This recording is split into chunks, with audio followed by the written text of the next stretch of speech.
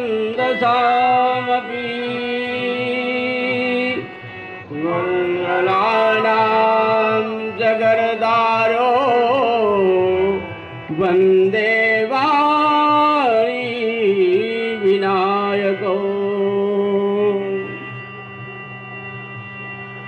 तुलसीदास जी के पद कमल बारंबार मनाऊं, गुण गाऊं सिया राम के हनुमत हो सहाय।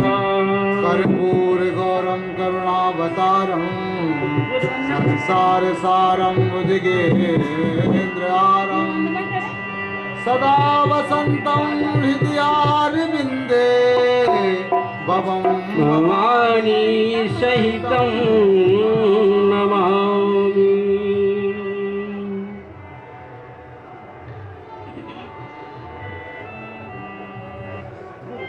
स्वामी जी शुरू करेंगे।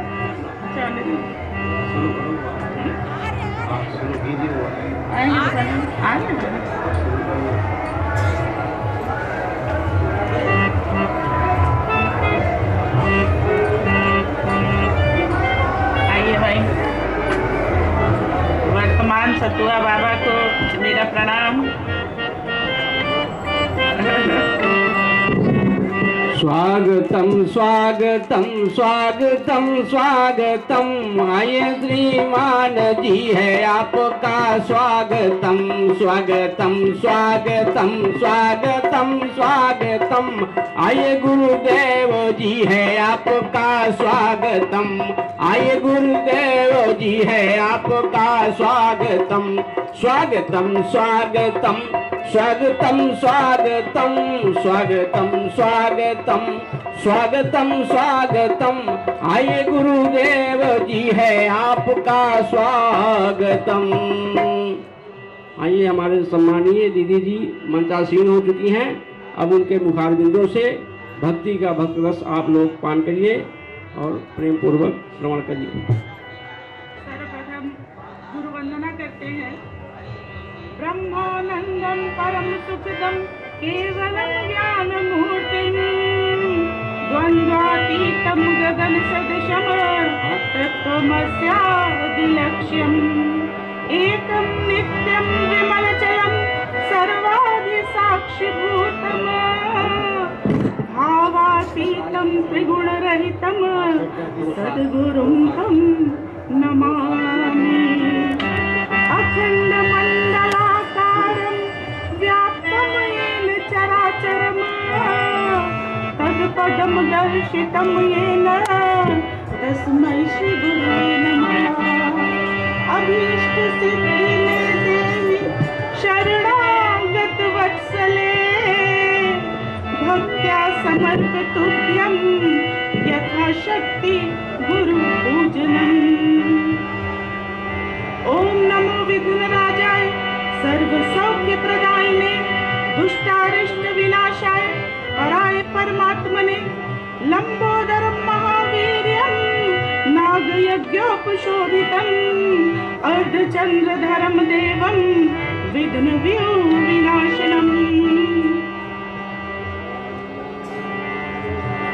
कल के प्रवचन में हम लोगों ने देखा किस प्रकार गरुड़ जी को मोह उत्पन्न हुआ और भगवान शिव ने गरुड़ जी को काकभुषुंडी जी के पास सत्संग हेतु भेजा, जिससे गरुड़ जी का मोह नष्ट हो सके।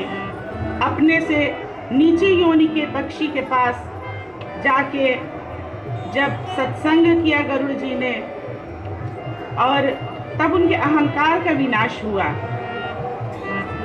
सत्संग के पूर्व ही जहाँ पर काकभुषुंडी जी का आश्रम था, वहाँ यह आशीर्वाद था कि उसके 100 योजन तक अविद्या व्याप्त नहीं होगी। उस सीमा में प्रवेश करते ही गरुड़ जी का मोह भाग गया। भगवान की यह महिमा है कि मनुष्य को जिस चीज का अहंकार होता है उसी बिंदु पे लाके वह उसके अहंकार का नाश करता है। धन का अहंकार है तो ऐसी परिस्थिति उत्पन्न करेगा कि आपका अहंकार उस धन के बिंदु पर ही कभी न कभी टूटेगा। पद का है तो वह टूटेगा। किसी भी चीज का अहंकार बुरा है। गरुड़ जी श्रेष्ठ योनि के पक्षी थे, भगवान राम के वाहन थे। उनको मोह हो गया कि भगवान राम तो सामान्य मनुष्य की भांति हैं, इनके बंधन तो मैंने काटे हैं, तो ये मेरे बंधन क्या काटेंगे। रघुपति की लीला ऐसी है कि वो एक नट के समान कार्य करते हैं। जैसे नट धागे अपने हाथ में लिए रहता है और कठपुतली को नचाता रहता है, इसी प्रकार परब्रह्म परमेश्वर हमारे जीवन के धागे अपने हाथ में लेके हमको नट की भांति नचाता रहता है। और जब कभी वह मनुष्य शरीर रख के अवतार रूप में आता है तो हमें भ्रम हो जाता है, ये तो हमारे ही जैसी लीला कर रहा है, हमारे ही जैसा मनुष्य है, और हम उसके महत्ता को, उसके महात्म्य को समझ नहीं पाते हैं और अहंकार से ग्रसित हो जाते हैं।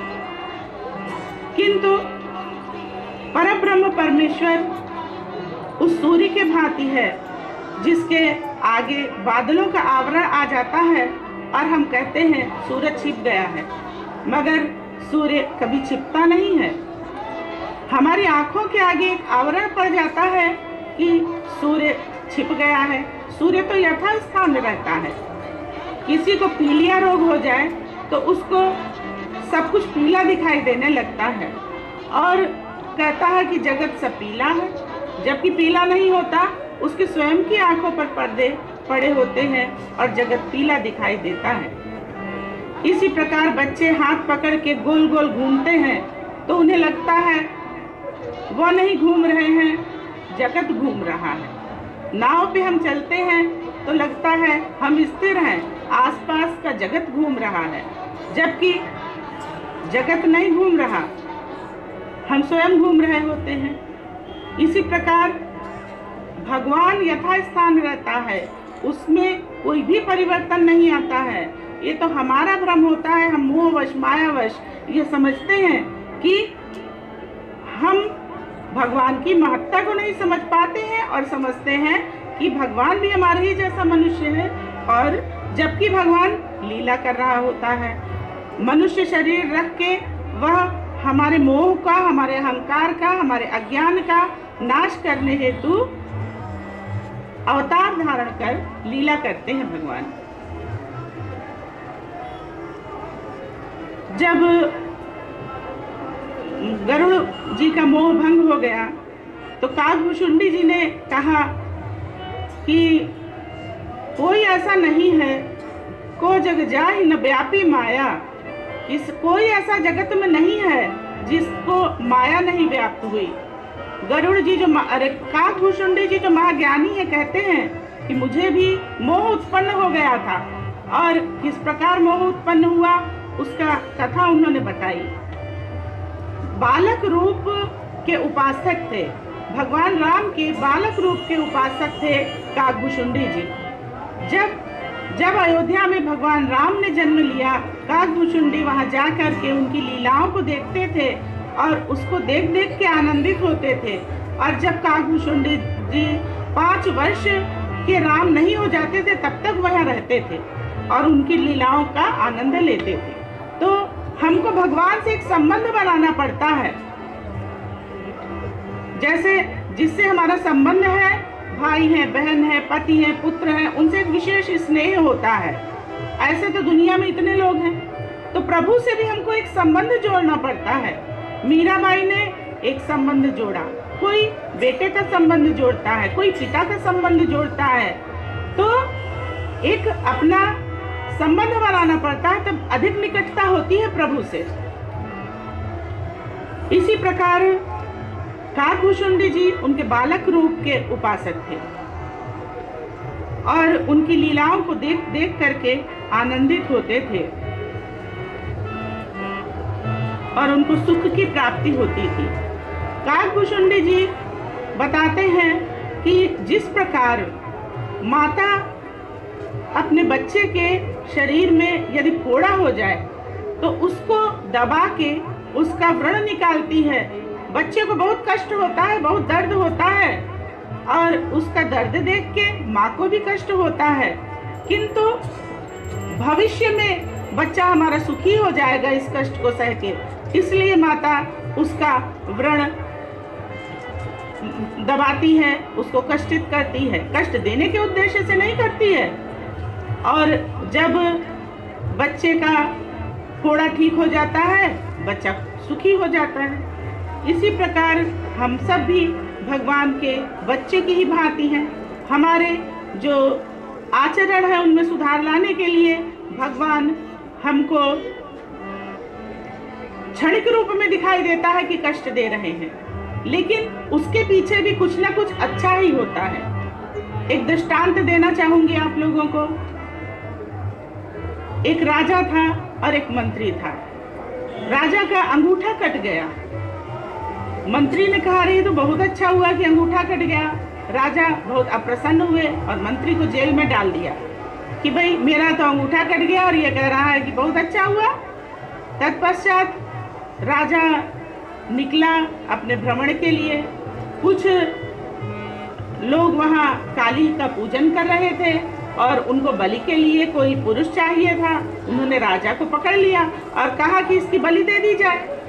जब राजा बलि के लिए गया तो पूर्ण स्वस्थ सर्वांग पूर्ण व्यक्ति की बलि दी जाती है, तो इनका अंगूठा कटा हुआ था। तो कहा कि अरे इसका अंगूठा कटा हुआ है, इसकी बलि नहीं दी जा सकती है। उनको हटा दिया गया। राजा प्रसन्न हुआ कि मंत्री ठीक कह रहा था कि आप की अंगूठा कट गया, बड़ा अच्छा हुआ, इसीलिए आज मेरी गर्दन कटने से बच गई, नहीं तो मेरी आज गर्दन कट जाती, अंगूठा न कटता तो। उसने कहा मंत्री को मैंने गलत जेल में बंद कर दिया। गया और तुरंत मंत्री को जेल से छुड़वाया और कहा भाई मुझे क्षमा करिए, आपने तो सही कहा था और मैंने आपको जेल में डाल दिया। मंत्री बोला ना, आपने भी बहुत अच्छा किया, मुझे जेल में डाल दिया। क्यों? क्योंकि अगर मैं जेल में ना होता तो मैं आपके साथ होता, आपकी गर्दन न कटती तो मेरी काट दी जाती कि मैं पूर्ण स्वस्थ था। तो इस वजह से आपने मुझे जेल में डाल दिया, ये भी अच्छा हुआ। कहने का तात्पर्य यह है कि सुख की दुख की जो भी परिस्थिति हमारे जीवन में आती है, क्षणिक रूप में हम यह समझते हैं कि यह परिस्थिति अच्छी नहीं है, ये दुख अच्छा नहीं है, लेकिन ईश्वर वही माता के समान है और जिस प्रकार माता अपने बच्चे का फोड़ा ठीक करने के लिए उसे कष्टित करती है, इसी प्रकार ईश्वर हमें सन्मार्ग में लाने के लिए थोड़ा थोड़ा कष्ट देते हैं, थोड़ा थोड़ा दुख देते हैं। और दुख सबको मांझता है, दुख से ही हम निखरते हैं और हमें संघर्ष की भावना आती है, ईश्वर के प्रति समर्पण की भावना आती है और अभिमान का नाश होता है। तो काकभूषुंडी जी बालक रूप के उपासक थे। राम कृपा आपन जड़ताई, कहूँ खगेश सुनहु मन लाई। जब जब राम मनुज तन धरही, भक्त हेतु लीला बहु करही। तब तब अवधपुरी मैं जाऊँ, बाल चरित बिलो के हर साऊँ। जन्मोत्सव देखूं जाई, बरस 5 रहूल भाई। इष्ट देव मम बालक रामा, शोभा बहुत कोटि शत कामा। प्रभु बन निहारी निहारी, लोचन सुफल करऊं उर्गारी। लघुबायस बपुधरि हरि संगा, देखूं बाल चरित बहुरंगा। हरि काई जहाँ जहाँ फिरई, तहाँ तहाँ संग उड़ाओ। तू कहीं परई अजिर महा, सो उठाई करि खाओ। तो काकभूषुंडी जी की भक्ति ऐसी है, जहाँ जहाँ अटखेलियाँ करते हैं, बाल लीला करते हैं, भगवान उनके साथ कौआ, बाल कौवे का रूप धारण करके वो जाते हैं और उनकी जूठन उठा करके खाते हैं, उनके साथ खेल करते हैं। जब राम जी उनको पकड़ने आते हैं तब वो थोड़ा पीछे हो जाते हैं।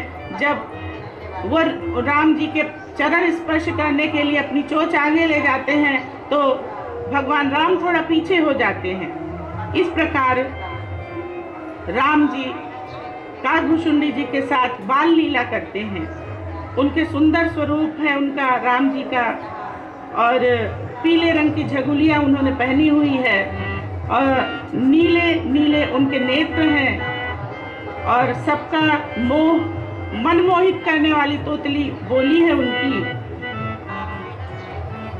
आवत निकट हसहि प्रभु भाजत दारुण करही, जाऊं समीप गहन पद फिर चितई पराही। प्राकृत शिशु इव लीला देख भयउ मोहि मोह, कवन चरित करत प्रभु सदानंद संदोह। इनकी लीला देख करके काकभुशुंडी जी को भी मोह हो गया और काकभुशुंडी जी ने ये सोचा कि ये तो एक आम बालक की तरह है, इनमें प्रभु जैसी कोई बात ही नहीं है। जैसे कोई भी छोटा बच्चा के पास कोई पक्षी जाएगा वो पीछे हो जाएगा, फिर उसको पकड़ने के लिए आगे बढ़ेगा, तो इसमें कोई ईश्वर, परमात्मा, परमेश्वर जैसा तो कुछ दिखाई नहीं देता। और जहाँ इतना ही मन में आया कि रघुपति प्रेरित व्यापी माया, जहाँ यह भाव मन में आया वैसे ही रघुपति की प्रेरणा से उनको माया व्याप्त हो गई। सो माया न दुखद मोहि काही, आन जीव इन संस्कृत नाही। लेकिन वो माया मेरे लिए दुखद नहीं थी, क्योंकि वह मुझे इस जीवन मरण के भव बंधन से छुड़ाने वाली थी। इस संसार से, इस अज्ञान से मुक्ति दिलाने वाली माया थी। विद्या माया जो है वह ले जाती है प्रभु के पास और हमें इस भव संसार के असत्य का ज्ञान कराती है। ज्ञान अखंड एक सीतावर, माया बस जीव सचराचर जो सबके ज्ञान एक रस, ईश्वर जी वही वेद कहूँ कस। माया बस जीव अभिमानी, इस बस माया गुण खानी। परबस जीव स्वबस भगवंता, जीव अनेक एक सिर कंता। मुना वेद जत विकृत माया, बिनु हर जाय न कोटि उपाया। रामचंद्र के भजन बिनु, जो चाह पद निर्वाण। ज्ञानवंत अपि सो नर, पशु बिनु पूछ बिसान। राकापति खोडस उहई, तारागण समुदाय। सकल गिरिन दवलाय, बिनु रवि रात न जाय। तो ज्ञान अखंड है और सीतापति राम एक हैं। माया के वशीभूत जीव है और माया ईश्वर के वशीभूत है। माया जीवों को नचाती है और प्रभु माया को नचाते हैं। परवश जीव स्वबस भगवंता। जीव जो है वो परवश है, स्वबस सिर्फ है तो ईश्वर है, प्रभु है। और जैसे एक कांच को, शीशे को तोड़ दिया जाए और उसमें हमें हर टुकड़े में अपने प्रतिबिंब दिखाई देने लगते हैं और ऐसा प्रतीत होता है कि जैसे ये हर टुकड़े में दिखाई देने वाले प्रतिबिंब अलग अलग जीव हैं, अलग अलग व्यक्ति हैं। इसी प्रकार हम सब जीव प्रभु के ही रूप हैं, प्रभु के ही अंश हैं, उन्हीं के प्रतिरूप हैं, किंतु अलग अलग भाषित होते हैं। जैसे शीशे में एक ही व्यक्ति की आकृति रहती है लेकिन लगता है अलग अलग है, बिल्कुल वही स्थिति हमारे साथ भी है। यह शरीर एक आवरण है हमारा और इसके अंदर जो आत्मा है वह उसी परमपिता परमेश्वर का अंश है सभी के अंदर। लेकिन अज्ञानवश हमको इसका ज्ञान नहीं होता है और हम अपने को अलग समझते हैं। पर बस जीव स्वबस भगवंता, जीव अनेक एक श्रीकंता, और जीव अनेक प्रतीत होने लगते हैं, जबकि हम परम पिता से अलग नहीं हैं। ये सब एक माया है, हमारा भ्रम है। मुधा भेद जब कृत माया, बिनु हर जाई न कोटि उपाया। किंतु यह भेद, यह हमारा भ्रम कैसे दूर होगा? सिर्फ ईश्वर की शरण में जाने से ही इस अज्ञान का नाश होगा। ज्ञान के साथ प्रभु का जब हम भजन करते हैं तभी उनकी कृपा प्राप्त होती है। ऐसे तो कर्तव्य भाव से भजन करते हैं सिर्फ, लेकिन जब हमको उनके सत्य के स्वरूप का ज्ञान होता है, वेदांत का ज्ञान होता है कि हम सब एक हैं, उसके बाद में जब हम भजन करते हैं, कीर्तन करते हैं शुद्ध चित्त से, तब ईश्वर हम पर कृपा करते हैं। भक्ति से क्या होता है? जैसे मंदिर है, मंदिर का स्थान पवित्र होता है, शुद्ध होता है। क्यों होता है? वह पूजन है, आराधना है, विग्रह है भगवान का। इसी प्रकार हमारा हृदय भी एक मंदिर है। हृदय को पवित्र करना है, हृदय को मंदिर बनाना है। वो कैसे बनेगा? भगवत भजन से बनेगा। हमारे जो कलुष हैं, हमारे जो क्लेश हैं, वह भक्ति से दूर होते हैं। भक्ति से हमारे चित्त की शुद्धि होती है। जैसे जैसे हमारा भजन बढ़ता है वैसे वैसे हमारे हृदय निर्मल होता चला जाता है, भेदभाव मिटते चले जाते हैं, और निर्मल हृदय ही वास्तव में ईश्वर का रूप है। उस निर्मल हृदय में अधिष्ठान होता है परमात्मा का। इसलिए भक्ति के बिना बिनु हरि जाई न कोटि उपाया।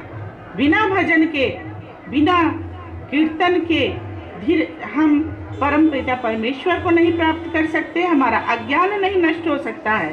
रामचंद्र के भजन बिन जो चाह पद निर्वाण, ज्ञानवंत अभी सो नर, पशु बिन पूछ विशान। तो मंदिर की शुद्धता के लिए पूजा अर्चन जैसे जरूरी है, वैसे हमारे हृदय की शुद्धता के लिए भी पूजा आराधना, प्रभु के प्रति समर्पण जरूरी है। शुद्ध हृदय में ही भगवान आएंगे, ज्ञान आएगा। जल अगर हमारे हाथ में लग जाता है तो हमको यह अनुभूति नहीं होती है कि हमारा हाथ गंदा हो गया है, अब हमको इसे साफ करना है।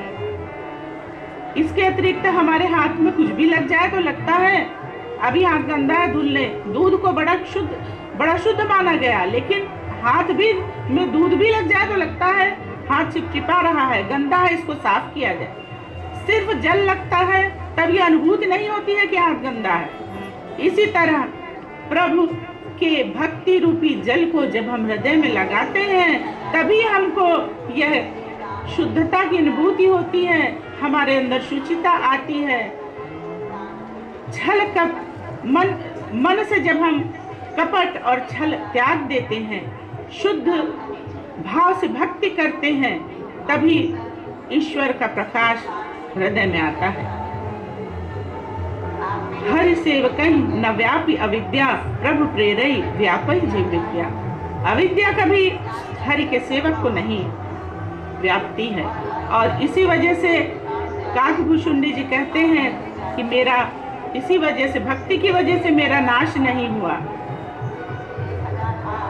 जब मैं भाग चलो उर्गारी, राम गहन का भुजा पसारी, जिमी जिमी दूर उड़ाऊं आकाशा, ताबुज हरि देखूं निज पासा। ब्रह्मलोक लगी गयूं मैं, जितयूं पाछ उड़ा, जुग अंगुल कर बीच सब, राम भुजई मुहिता। सप्ता बरन भेद करी, जहाँ लगे गति मोरी, गयऊं तहाँ प्रभु भुज निरखी, व्याकुल भयऊ बहोरी। राम जी जब बाल लीला करते हैं और उनके पीछे काकभूषुंडी जी भागते हैं, दोनों जने परस्पर खेल कर रहे हैं। जब मैं भाग चले उर्गारी, राम गहन कह भुजा पसारी। तो राम जी उनके अपनी भुजा पसार देते हैं, उनको पकड़ने के लिए अपना हाथ दोनों फैला देते हैं। वो भागते हैं, राम जी उनके पीछे दौड़ते हैं। काकभूषुंडी जी उड़ते हैं, राम जी भी उड़ते हुए 7 लोकों तक दोनों लोग चले जाते हैं। ब्रह्म लोक लगी गयो मैं, चितवऊ पाछ उड़ान। पीछे उड़ते उड़ते फिर वो देखते हैं कि राम जी आ रहे हैं पीछे, फिर वो भागते हैं। यही स्थिति जीव की है कि भगवान अपना हाथ फैलाए, हमको अपनी शरण में लेने के लिए भाग रहे हैं हमारे पीछे, लेकिन हम मायावश उससे दूर दूर दूर भागते चले जा रहे हैं। और काकभूषुंडी जी ब्रह्मलोक तक गए और पीछे मुड़ मुड़ के देखते रहे। उन्हीं ईश्वर से, उन्हीं परम पिता परमेश्वर जो उनको अपने आगोश में लेना चाह रहे हैं, उन्हीं से दूर भाग रहे हैं। और 7 आवरणों को भेद कर जहां तक मेरी गति थी वहां तक मैं गया, ये काकभूषुंडी जी कहते हैं। लेकिन वह दूरी जो 2 अंगुल की थी प्रभु और भक्त के बीच में, वो कम नहीं हुई। वो 2 अंगुल की दूरी 2 अंगुल की ही बनी रही। यही स्थिति हम लोगों की है। यही 2 अंगुल की दूरी हमारे और प्रभु के बीच में है। और यही 2 अंगुल की दूरी जिस दिन कम हो जाती है, उसी दिन हम ब्रह्ममय हो जाते हैं। जीवन और ब्रह्म के बीच का अंतर समाप्त हो जाता है। ये 2 अंगुल की दूरी क्या है, इसको जानना बहुत आवश्यक है। प्रथम अंगुल है जीव का प्रभु के प्रति समर्पण, और दूसरा अंगुल है ब्रह्म का जीव को अपने में मिला लेना, उसके समर्पण को स्वीकार कर लेना। यही 2 अंगुल है। हमारा समर्पण जब पूरी श्रद्धा से होगा और दूसरा अंगुल प्रभु हमें अपना लेगा। ये 2 अंगुल हैं केवल, और यही 2 अंगुल की दूरी हमारे और प्रभु के बीच है। और हम समझ नहीं पाते हैं, और हम उसी कौवे की भांति उड़ते उड़ते जा रहे हैं, प्रभु हमारे पीछे हैं, लेकिन हम उस 2 अंगुल की दूरी को मात्र मिटा नहीं पाते हैं। जुग अंगुल कर बीच सब राम भुजई मोहिता। मोह बिलो की राम मुस्काही, अभ्यसत तुरंत गयो मुख माही। जैसे ही राम जी मुस्कुराए, काकभूषुंडी जी उनके मुख के अंदर चले गए और उनके उदर में जाकर के उन्होंने देखा, वहां अग्नित कोटि सूर्य है, कोटि चंद्रमा है, कोटि समुद्र है।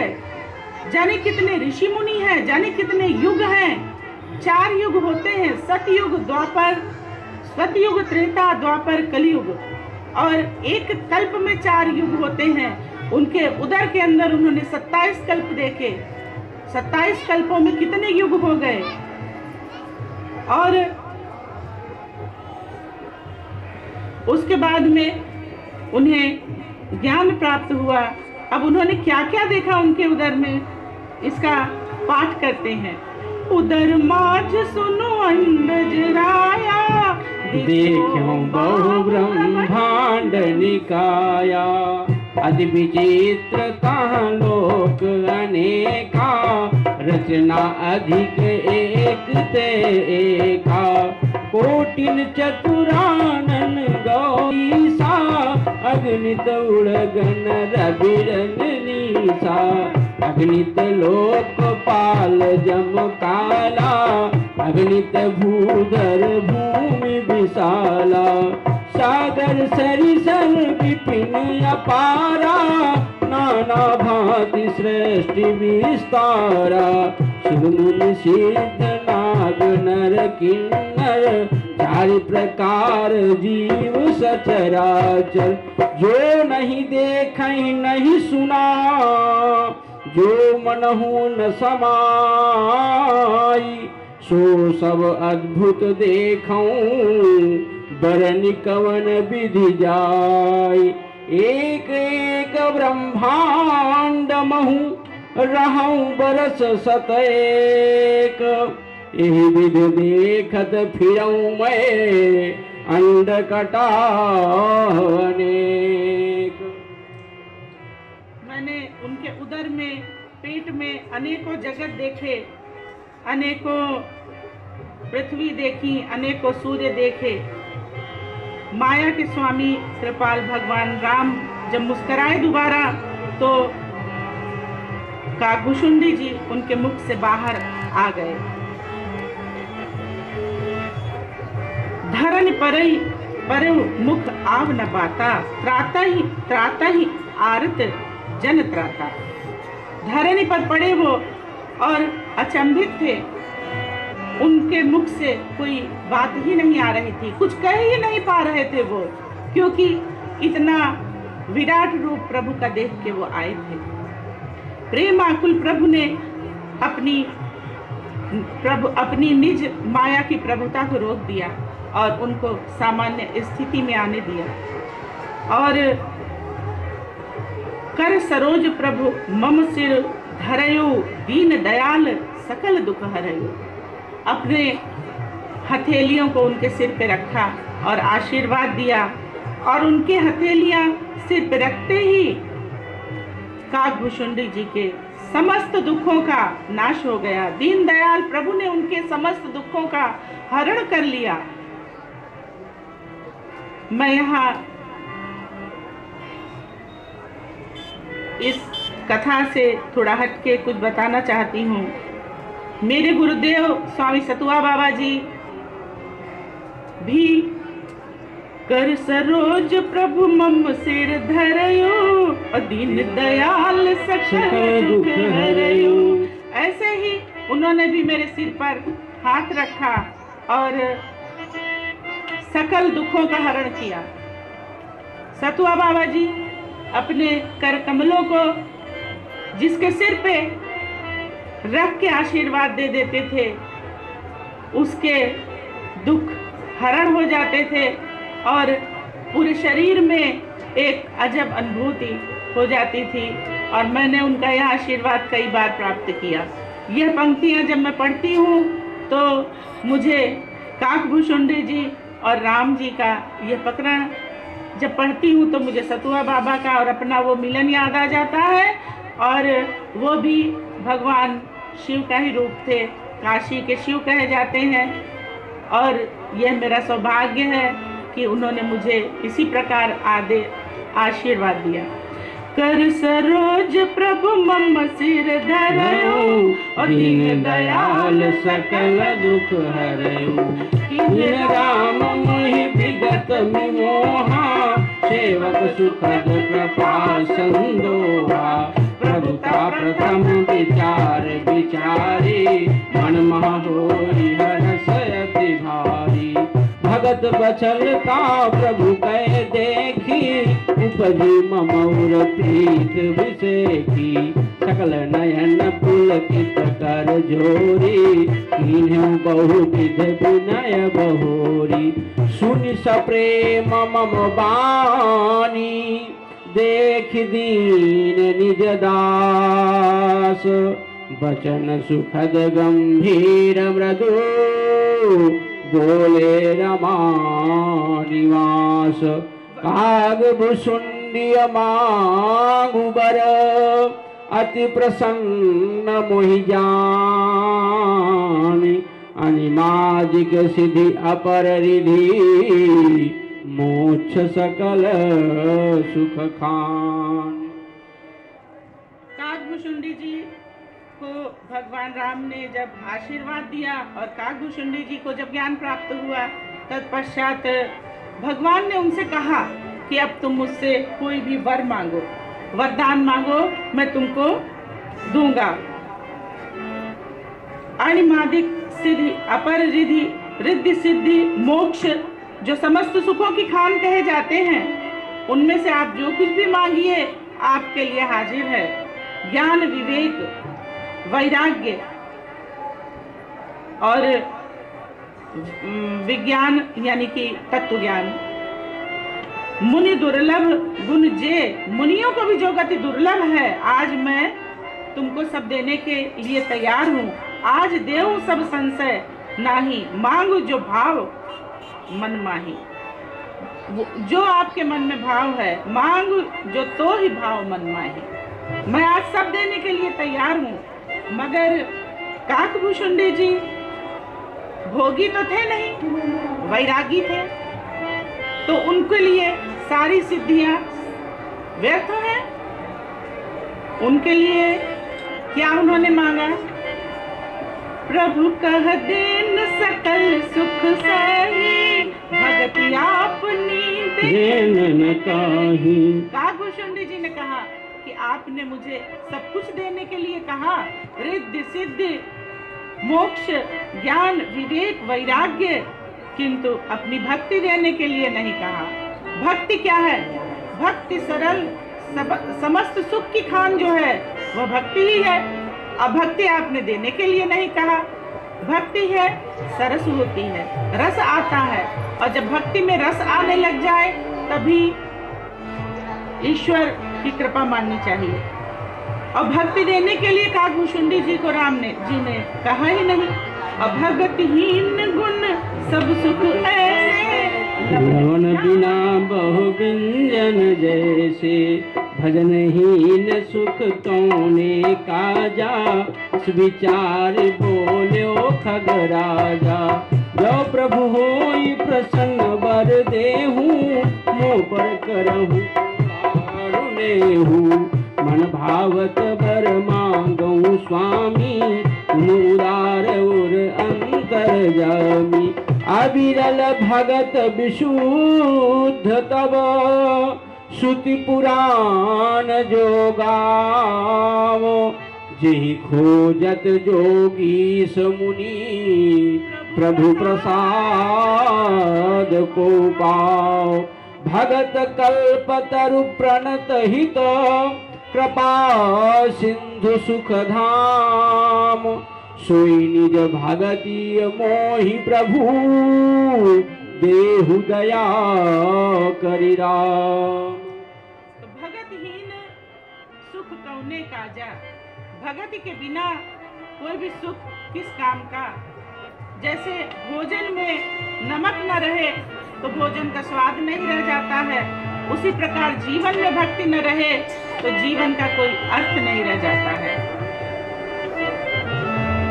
काकभूषुंडी जी ने कहा कि मैं जो मन मेरा है वही आपसे वरदान मांगता हूँ, और भगति के बिना दिया गया कोई भी अन्य वरदान मुझे नहीं चाहिए। मुझे तो बस मन में भा गई है भक्ति। श्रुति पुराण में भक्ति की बहुत महिमा बताई गई है। रामायण में भी आप जिस पात्र को देखिए जो राम जी से मिलते हैं, चाहे उन्होंने राम जी से स्वयं मांगी, चाहे राम जी ने अपने इच्छा से उनको दी, अविरल भगति ही मांगी। पूरे रामायण में चाहे जो ऋषि मिले,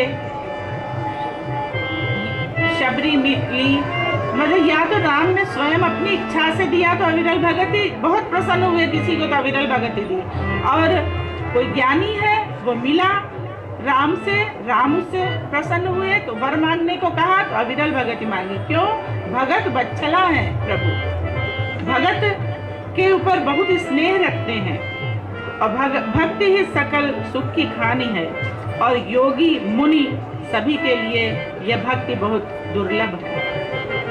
भगत एक कल्पतरु, भगत कल्पतरु प्रणत हित, कृपा सिंधु सुख धाम।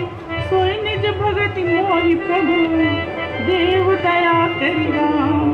इसलिए इस कल्पतरु है, यहाँ भी कल्पतरु है, वट वृक्ष। तो भक्ति एक वट वृक्ष के समान है जिसका कभी क्षय नहीं होता है। भगवान राम काकभूषुंडी जी से प्रसन्न हुए और उन्होंने कहा कि तुम कौवा जरूर हो लेकिन आप बहुत सयाने हैं, सहज सयाने हैं, तो आप बुद्धिमान हैं, इसलिए आप ऐसा वरदान मुझसे कैसे न मांगते। क्यों? भक्ति जब होती है ईश्वर के प्रति समर्पण होता है, ईश्वर की शरण में जाता है, और जब पूर्ण शरणागति होती है तो वही 2 अंगुल का जो फासला है वो पूरा होता है। शरणागति हुई भक्ति से, भक्त से प्रभु सबसे ज्यादा प्रेम करते हैं तो उसको अपने शरण में ले लेते हैं और 2 अंगुल का ये फासला मिट जाता है। सब सुख खानी भगत में तय मांगी, नहीं जग को तो ही सम बड़ भागी। तुमसे बड़ा भाग्यशाली इस जगत में कोई नहीं है, क्योंकि तुमने सबसे बड़ी सुख की खान भगति को मुझसे मांगा है। भक्ति से ऊपर कुछ नहीं है, जो मुनि कोटि जतन नहीं लही, जे जप जोग अनल तन दही। योग की अग्नि में मुनि अपने शरीर को दहाते हैं, जलाते हैं और भक्ति नहीं पा पाते हैं। वह भक्ति आपने हमसे मांगी और मैं बहुत प्रसन्न हुआ जिससे, और उन्होंने अपनी भक्ति देने के लिए कहा। भगत ज्ञान विज्ञान विरागा, जोग चरित रहस्य विभागा, जाबन तैसा कर भेदा, मोह प्रसाद नहीं साधन खेदा। माया संभव भ्रम सब, अब न व्यापी हैं तो ही, जान सुब्रह्म अनादि अज, अगुण गुना कर मोहि। मोहि भगत प्रिय संतत, अस विचार सुनु काग, काय बचन मन मम मद, कर सुअचल अनुराग। माया संभव भ्रम सब अब न व्यापी है तो। राम जी ने काकभूषुंडी जी को आशीर्वाद दिया कि माया जनित भ्रम अब तुमको नहीं व्यापेंगे और अखंड ज्ञान आपके पास रहेगा। जहाँ पर निवास करेंगे उसके पास आसपास भी माया जनित भ्रम नहीं जाएंगे। और सत्य सुगम वेदादि के द्वारा वर्णित परम निर्मल वाणी सुनी। मैं निज सिद्धांत सुनाऊं, सुन मम धरु सब तज भज मोहि। प्रभु ने अपना सिद्धांत सुनाया कि सब कुछ त्याग करके बस मेरा भजन करो, और वही ईश्वर को सबसे प्रिय है जो सबते अधिक मनुज मोहि भाए, सब मम प्रिय सब मम उपजाए। सभी मेरे प्रिय, सभी मेरे उपजाए हुए हैं। उसमें मनुष्य जो हैं वो मुझे सबसे प्रिय हैं। उसमें भी द्विज, और द्विज में भी जो श्रुतिधारी हैं, और उसमें भी जो धर्म के अनुसार चलते हैं, उनमें जो विरक्त हैं, विरक्तों में भी ज्ञानी, और ज्ञानियों में भी विज्ञानी यानी कि तत्व ज्ञानी जो हैं वो मुझे प्रिय हैं। तिनमें उनमें भी जो मेरे दास हैं, मेरे प्रति समर्पण भाव रखते हैं, वो जही गति मोरी न दूसरी आशा, जिनको मेरी गति छोड़ के किसी दूसरे का आशा नहीं है, सर्व भाव से समर्पण है जिनका। पुनि पुनि सत्य कहूँ तो ही पाही, मोहि सेवक सम प्रिय को नाहि। भगवान को सेवक से अपने प्रिय कोई भी नहीं है। भक्तिवान नीच से नीच प्राणी भी जो है, अगर वह भक्ति से समर्पण कर रहा है ईश्वर को, तो वही उसको प्रिय है। कौआ से नीची जाति कोई नहीं हो सकती, कौए से कटुवाणी किसी की नहीं हो सकती, कौए से कुरूप शरीर किसी का नहीं हो सकता, और काकभूषुंडी से प्रिय भक्त राम का नहीं हो सकता। तो सब जीवहु सम प्रिय मन सोई, भगति भक्तिहीन बिरंच किन होई। यदि ब्रह्मा जी जैसा सुंदर शरीर है और भक्ति विहीन है तो वो मुझे प्रिय नहीं है, और काकभूषुंडी जैसा शरीर है, भक्तिमय है, तो वो मुझे सबसे प्रिय है। एक पिता के कई पुत्र होते हैं, कोई बहुत धन कमा रहा है, कोई बहुत प्रकार की विभिन्न प्रकार की योग्यताएं रखते हैं, किंतु पिता जो है सिर्फ उसी को ज्यादा स्नेह करता है जो उसका कहना सुनता है। कोपित भगत वचन मम कर्मा, सपने जान न दूसर धर्मा।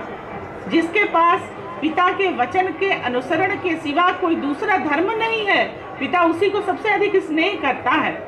इसी प्रकार प्रभु भी अपने उसी बच्चे का ज्यादा स्नेह उसी बच्चे को करते हैं जो उनके प्रति भक्ति करता है, उनके प्रति पूर्ण समर्पण करता है। तिनमह जो परिहरि मद माया, भजे मोहि मन बच अरुकाया। अपनी अहंकार को, अपने मद को, माया को छोड़ करके मन, क्रम और वचन से ईश्वर परायण होता है, ईश्वर का स्मरण करता है, ईश्वर के प्रति समर्पित होता है, उसका दास होता है, वही ईश्वर को सबसे प्रिय होता है। और हमारे जीवन का, इस जीव की जो यात्रा चल रही है, उसका उद्देश्य है परमात्मा का स्नेह प्राप्त करना, और जगत की भौतिक वस्तुएं प्राप्त करना उद्देश्य नहीं है। संसार में धन पद प्रतिष्ठा प्राप्त करने के लिए नहीं आए हैं। साधन धाम मोक्ष कर द्वारा, पाई न जय परलोक समारा। यह हमारा शरीर है, ये साधना के लिए मिला है।